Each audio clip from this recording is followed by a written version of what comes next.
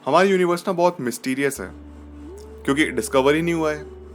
कहते हैं कि हमारे अर्थ पे इतने ग्रेन्स ऑफ सैंड नहीं होंगे, इतनी मिट्टी को छोटे दाने नहीं होंगे जितने इस यूनिवर्स में सितारे गैलेक्सीज होते हैं या फिर हो सकते हैं, क्योंकि यूनिवर्स इतना बड़ा है हमारा।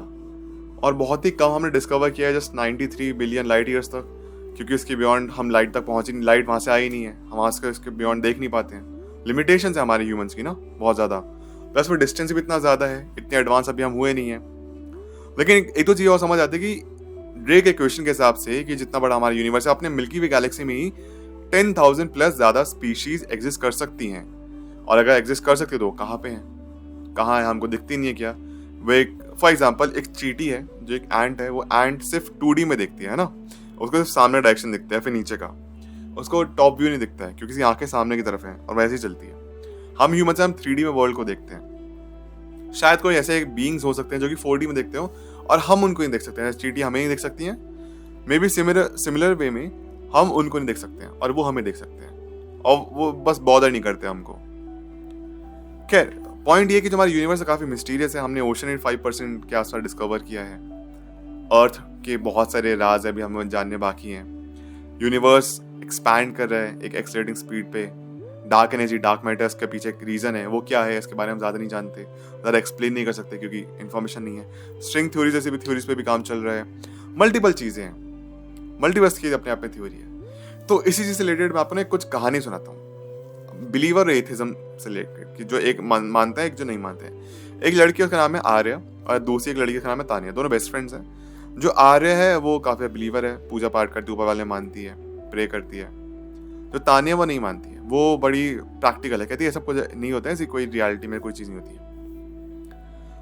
फिर जो भी लाइफ में आर्य का अच्छा होता था वो ऊपर वाले को थैंकफुल करती थी, कुछ बुरा होता वो ऊपर वाले से प्रे करती थी, चीज़ें बन जाती थी, चीज़ें कभी कभी नहीं बन पाती थी, बट स्टिल वो एनीवे यहाँ पे ऊपर वाले मानती रहती है। मैं बताने से कहती थी कि देख, जो तेरी लाइफ में चीज़ हो रही तो वो एनीवे हो ही रही है, तो ऊपर वाले में क्यों मान रही है? उनका कोई प्रूफ नहीं है हमारे पास, हमारे सामने एग्जिस्ट नहीं करते हैं। आर्य कहती कभी कभी कुछ ना लोगों की मान्यता होती है, और आर्य भी अपनी लाइफ में अच्छा कर रही है, शी इज क्लास की टॉपर है, वो अच्छा कर रही है, वो वैसा परफॉर्म कर रही है। ऐसा नहीं है कि तान्या कुछ खराब परफॉर्म नहीं है, दोनों की अपनी अपनी मान्यता है, दोनों अपनी अपनी लाइफ को अच्छे से जी रही हैं। लेकिन तान्या बस कहती थी कि जैसे आर्य से पूछती कि तू क्यों नहीं मानती है, तान्या कहती बिकॉज आई थिंक।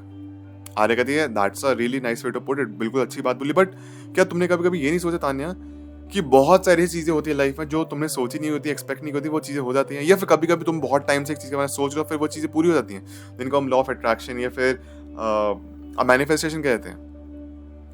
ताने के पास का कोई जवाब नहीं होता है। कहती है कोइंसिडेंस होता होगा, वो कहती ओके कोइंसिडेंस होता है। कोइंसिडेंस बेसिकली जब कोई आपने चीज़ सोची और वो उसी टाइम पे हो गई, या फिर आप किसी के बारे में सोच रहे हो, उसे कॉल आ गई, या फिर कुछ ऐसी चीज़ें जो सही टाइम पे आप सही जगह पहुंच गए, कोइंसिडेंसेस हो गए।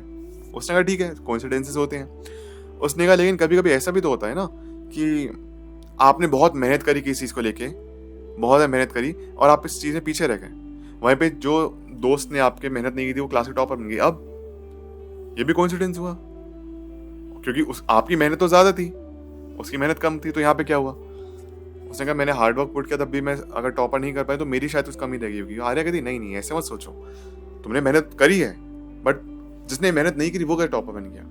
हो सकता है वो जो टॉपर है जो क्लास का, जिसने मेहनत नहीं की थी, वो कुछ ऐसे क्वेश्चन पढ़ गया जो कि डायरेक्ट एग्जाम में आ गए और तुमने वो शायद क्वेश्चन स्किप कर दिए थे, तो क्या? इसके बाद फिर वो तान्या कहती है ठीक है वो उसका लक ही रही होगी। तो उसने कहा लकी तुमने कैसे कहा? अगर आप एथिज्म में बिलीव करते हो, लक जैसी चीज़ें भी आपके बारे में नहीं होनी चाहिए। कहती नहीं मैं लक में बिलीव करती हूँ। तो हमेशा ये चीज़ नोटिस की गई है, मतलब जो बिलीवर हो या फिर नहीं बिलीवर हो, आप किस एक्सटेंट तक आप बिलीवर हैं और किस एक्सटेंट तक आप एथिस्ट हैं, ये भी अपने आप में एक बहुत बड़ा टॉपिक है। जैसे फॉर एग्जाम्पल मैं आपको एक पर्सनल एग्जाम्पल के थ्रू देता हूँ, एक किसी के बारे में। मैंने उनसे कुछ बातचीत चल रहा था, तो उन्होंने कहा कि मैं एथिस्ट हूँ बट मैं लक में बिलीव करता हूँ। मैंने कहा अगर आप एथिस्ट है तो आपका मतलब प्रैक्टिकल माइंड, आप सोचते हैं कि ऊपर वाला एग्जिस्ट नहीं करता होगा, चीज़ें नहीं होती होंगी, तो फिर आप लक में भी आपको नहीं मानना चाहिए क्योंकि ऐसी चीज़ भी एग्जिस्ट नहीं करनी चाहिए। उसने कहा नहीं लक जैसी चीज़ होती है। तो मैंने कहा ठीक है लक जैसी चीज़ होती है कैसे, लेकिन आप उसको देख नहीं सकते हो, राइट? अगर आप उसको देख नहीं सकते हो तो आप उसको कैसे मान सकते हो? क्योंकि आपका जो आर्ग्यूमेंट था वो ये था कि अगर आप नहीं मानते हो ऊपर वाले में, आप एथिस्ट हो, तो आप लक में भी क्यों बिलीव कर रहे हो? तो पॉइंट ये है कि आप हो सकता है एग्जैक्टली पूरे फुल बिलीवर भी ना हो और फुल एथियस्ट भी ना हो, हमेशा कुछ ना कुछ लिमिटेशन हमारे सामने आ जाती है, क्योंकि बहुत सारे ऐसे फिनोमेना है इस यूनिवर्स के जो कि एक्सप्लेन नहीं किया जा सकते। ये एथियस्ट और बिलीवर वाली बात नहीं है, आप डेफिनेटली हो सकते हैं एथियस्ट, आप बिलीवर हो सकते हैं, वो that is your own personal thing, आपकी अपनी मान्यता है, and that is anyway good. आप मानिए नहीं मानिए, that is your personal life choice, but आप किन किन फैक्टर से मानते हैं ये भी जानने वाली चीज है। लॉ ऑफ अट्रैक्शन बहुत फेमस है, और कभी ना कभी हमारे साथ कुछ ना कुछ ऐसा हुआ है जो हम कह सकते हैं कि हाँ, लॉ ऑफ अट्रैक्शन एग्जिस्ट करा है मेरे साथ कभी, या फिर मैनिफेस्टेशन में ही पूरी हुई है। हमेशा हमें लाइफ में ऐसे कुछ ना कुछ इंसिडेंसेस हो जाते हैं जहां पे हमको इनको देख के डाउट्स आने लगते हैं, क्वेश्चन आने लगते हैं, and that is a good thing. यहीं पे वो बात आती है कि क्यों है। अगर हम ह्यूमंस ने क्वेश्चन करने छोड़ दिए तो शायद हमारी प्रगति नहीं होगी। हमने क्वेश्चन किया तो उनका आंसर ढूंढे। जैसे फॉर एग्जाम्पल, आज से 400, 500, 600 सालों पहले की मैजिशियंस हुआ करते थे, वो कुछ जादू दिखाया, लोगों ने कहा भाई ये तो जादू करता है, ऐसा करता है, वैसा करता है, बाद में प्रूफ चला कि सब हाथ की सफाई थी। साइंस ने तरक्की करी, हम आगे निकले। तो जो अनएक्सप्लेन्ड फिनोमिनाज हैं वो जब एक्सप्लेन हुआ तो उनको साइंस का नाम दिया जाता है। जो जब तक अनएक्सप्लेन रहते हैं वो सभी कहा जाते हैं कुदरत का करिश्मा है, नेचर का करिश्मा है। बट द पॉइंट इज कि हमारा अगर बिग बैंग से भी हम कहानी शुरू करते हैं, हमारा यूनिवर्स जब बनना स्टार्ट हुआ तो वो भी क्यों हुआ, क्यों हुआ। यहाँ पे स्टीफन हॉकिंग की ये थ्योरी थी कि कभी कभी कुछ क्रिएशन को क्रिएटर की जरूरत नहीं होती है, लेकिन ऑल्दो इस चीज के ऊपर उनको काफी बैकलैश भी मिला था कि अगर ऐसी चीज है, अगर किसी क्रिएशन को क्रिएटर की जरूरत नहीं होती है तो कोई कार मैन्युफैक्चरिंग कंपनी उस पर कार अपने आप नहीं बन जाती। ठीक है, अभी आपके पास एआई है, रोबोट है, बट उसको भी तो किसी ने बनाया है ना, प्रोग्रामिंग की है ना, उससे पहले मैनुअली हो रहा था, तो रोबोट को भी किसी ने बनाया। तो आइडियाज है, पेंटिंग अपने आप नहीं बन जाती है, इसके भी कोई पेड़ अपने आप नहीं उग जाता है, सीड्स होते हैं, पानी, घास, खाद, जब ये सब मिलता है, धूप, तो पेड़ बनता है, फल आते हैं उसमें, फूल आते हैं। तो कुछ ना कुछ एक प्रोसेस होता है जिसकी वजह से चीजें एग्जिस्ट करनी स्टार्ट होती हैं। और ये यूनिवर्स हमें क्वेश्चन करने में मजबूर करता है कि क्या चल रहा है इस यूनिवर्स में। क्या ये सब कुछ सिंक्रोनिसिटी है, क्या लॉ ऑफ अट्रैक्शन जैसी चीजें हैं, क्या मैं बिलीवर बनूं, एथिस्ट बनूं, या फिर कभी कभी हमने कुछ सोची वो चीजें पूरी हो गई, हमें और चाही भी वो तो तब भी चीज पूरी नहीं हुई। फॉर एग्जाम्पल, आप कोई गाड़ी खरीदना चाहते थे, आप वो गाड़ी नहीं खरीद पाए, बट 2 साल बाद आपने उससे बेटर गाड़ी खरीद ली, आप बोलते हैं कि अच्छी बात है कि साथ मेरे साथ चीज नहीं हुई। तो यहाँ पे आपका लक था, ये क्या था?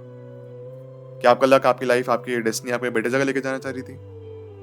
सो ये बड़ी कंफ्यूजन है इस यूनिवर्स को लेकर, एंड इसी कंफ्यूजन में अपने आप में एक मजा है कि जितने यहाँ पे सवाल क्रिएट होते हैं ना, उतना हमारे में उत्सुकता जागती है कि इनके जवाब जानने में, कि यूनिवर्स बहुत मिस्टीरियस है। अपना ओशन से 5% डिस्कवर कर पाए हैं, यूनिवर्स सोचिए कितना बड़ा है।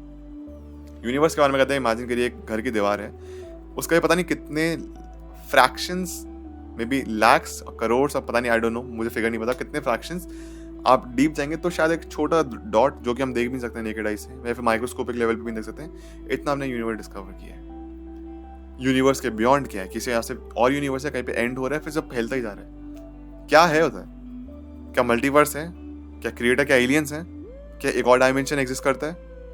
You don't know the answer, but we are definitely searching for these kind of things. Hopefully humanity या फिर ह्यूमंस आगे आने वाले 100, 200, 300, 500 साल में तरक्की करेंगे, और हमने हमेशा तरक्की की भी है, और शायद इनके जवाब मिल जाएगा। लेकिन तब तक बात ये, कितने भी हम जवाब ढूंढ लें, कुछ कुछ ऐसे अनएक्सप्लेन्ड फिनोमिनाज है जो शायद हम कभी एक्सप्लेन नहीं कर पाते। जैसे सपने क्यों आते हैं, डेजा वू क्यों होता है, इनके भी अपने अपने थ्योरीज हैं, बट बहुत सारी ऐसी चीजें जो अनएक्सप्लेन रह जाएंगी शायद हमारे साथ, या फिर व्हाट हैपेंस आफ्टर डेथ। क्योंकि कुछ लोगों ने जो एक्सपीरियंस किया है, उन्होंने ये एक्सपीरियंस किया कि आफ्टर लाइफ जैसी शायद कुछ चीज है, और एक मल्टीपल चीज देखी गई। हम ऐसे नहीं कि किसी एक इंसान ने बोला तो हम बोल सकते हैं। फॉर एग्जांपल, किसी इंसान को हार्ट अटैक आया, बट उसको समहाउ बचा लिया गया, और वो फॉर फ्यू सेकंड या फ्यू मिनट्स वो मर गया था, तो शायद उसने अपना एक्सपीरियंस शेयर किया, जहाँ पे उसको लाइट दी गई, लाइट फॉलो करी, तो हो सकता है वो इंसान झूठ बोल रहा है, फिर उसका इल्यूजन से क्रिएट हुआ उसका ब्रेन ने। लेकिन यही चीज, सेम कहानी मल्टीपल ह्यूमंस का देखी गई है, मल्टीपल। इनफैक्ट इसके साथ साथ जैसे कहते हैं कि जब आप मर रहे होते हैं तो आपको अपनी लाइफ के बेस्ट मोमेंट्स दिखाई देते हैं उन 7 मिनट में। आपका ब्रेन आपको एक पूरी लाइफ दिखाता है, आपकी best moments of your life before you leave this earth, before you leave this body. और ये भी टेस्ट किया गया है, लेकिन एग्जैक्टली किसी ने एक्सपीरियंस नहीं किया है। जिसने किया है वो इस दुनिया में है नहीं। तो खैर, अपने आप में बहुत सारी मिस्टीरियस चीजें, बट मजा आता है। डेफिनेटली आपके कुछ बहुत सारे थ्योरीज होंगे, कुछ पॉइंट्स होंगे आप मेरे साथ शेयर करना चाहते हैं, प्लीज़ मेरे कमेंट्स में आकर ज़रूर शेयर करना। आप किन-किन चीज़ों में मानते हो, किन-किन चीज़ों में नहीं मानते हो? क्या-क्या आपने कुछ डिफरेंट फ़ील किया इस यूनिवर्स के बारे में?